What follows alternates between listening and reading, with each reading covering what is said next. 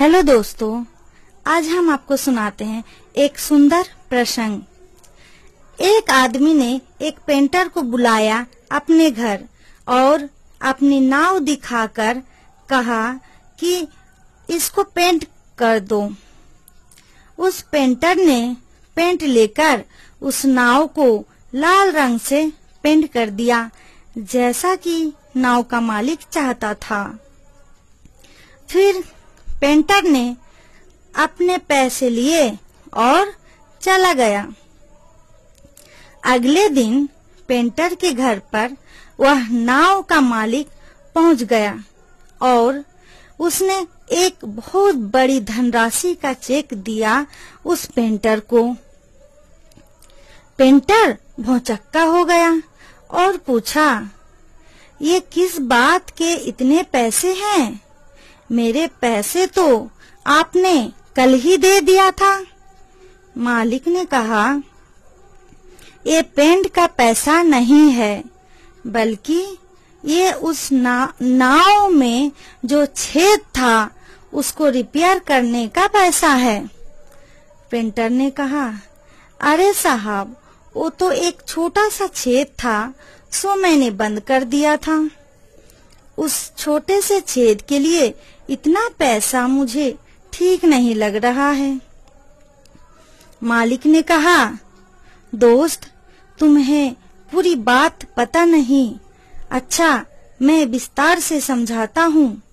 जब मैंने तुम्हें पेंट के लिए कहा तो जल्दबाजी में तुम्हें ये बताना भूल गया कि नाव में एक छेद है, उसको रिपेयर कर देना। और जब पेंट सूख गया तो मेरे दोनों बच्चे उस नाव को समुद्र में लेकर नौकायन के लिए निकल गए।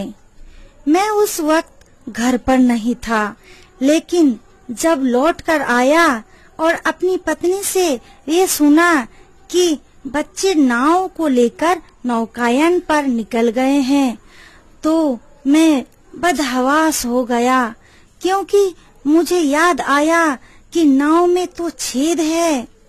मैं गिरता पड़ता भागा उस तरफ जिधर मेरे प्यारे बच्चे गए थे, लेकिन थोड़ी दूर पर मुझे मेरे बच्चे दिख गए जो सकुशल वापस आ रहे थे।